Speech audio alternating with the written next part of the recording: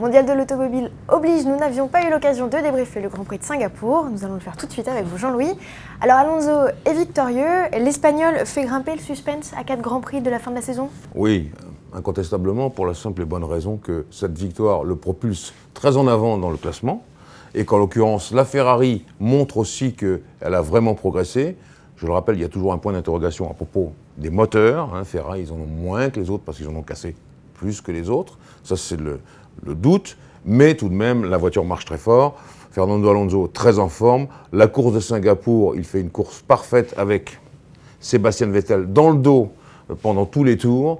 Franchement, je crois qu'il a été extraordinaire. Et tout ça, ça anime complètement la fin de la saison, qui pourtant était déjà très animée entre Weber, Vettel, Alonso et les deux pilotes McLaren-Mercedes. Donc franchement, c'était formidable.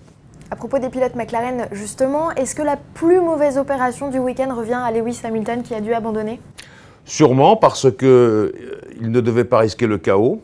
Il est en plein dedans. Et c'est un double chaos parce que je rappelle qu'à Monza, 15 jours auparavant, il a eu également un souci du même ordre, encore plus rapidement. Et donc, son avance a fondu comme neige au soleil. Et maintenant, c'est lui qui est un petit peu distancé. Il n'a plus du tout le droit à l'erreur. Et Button non plus. Maintenant, ça se déroule vraiment entre les deux pilotes Red Bull Renault et la Ferrari de Alonso. Et donc, je m'inquiète un peu pour Lewis Hamilton, c'est vrai. Changement de décor, Jean-Louis, on a appris ce week-end au rallye d'Alsace que Sébastien Loeb avait décroché son 7e titre de champion du monde. Un petit mot sur ses performances hallucinantes? Eh bien, les gens utilisent un raccourci en le comparant à Michael Schumacher. C'est vrai que c'est un raccourci, mais il est bien dit. 7 fois champion du monde. On n'a jamais eu dans nos annales du rallye un pilote de ce calibre. Un garçon attachant, très sympa, soudé dehors, un peu bourru. On voit que c'est un gars qui en a bavé, mais franchement, au volant, quel talent. Un compétiteur né, jamais de demi-mesure, toujours viser la victoire. Et puis, au bout de 10 ans, toujours pas usé, vraiment formidable.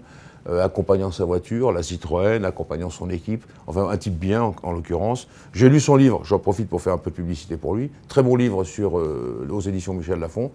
Son livre, Sébastien, nous raconte vraiment toute sa vie. Ça peut servir d'exemple pour beaucoup de jeunes. Franchement, j'ai envie de lui dire un grand bravo pour ce 7e titre.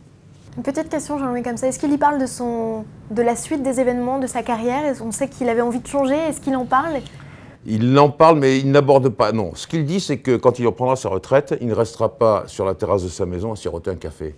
Il fera comme ses glorieux prédécesseurs dans le monde de la vitesse, et il cite Michael Schumacher, il cite également Alain Prost, qui n'ont pas complètement rompu, je crois que c'est ça la réalité, mais dire qu'il fait du sport prototype ou de la Formule 1, ça, il ne l'aborde pas du tout. Il dit qu'il a été contrarié par l'histoire de la super licence qui ne l'a pas permis d'aller à Abu Dhabi l'an passé, on s'en souvient, de tout ce problème-là, mais je crois qu'il n'aborde nulle part ailleurs ce problème de pilotage, je veux dire, après la retraite du rallye. Piloter, ça c'est une chose. Prendre sa retraite et faire quelque chose ou se reconvertir, c'est autre chose.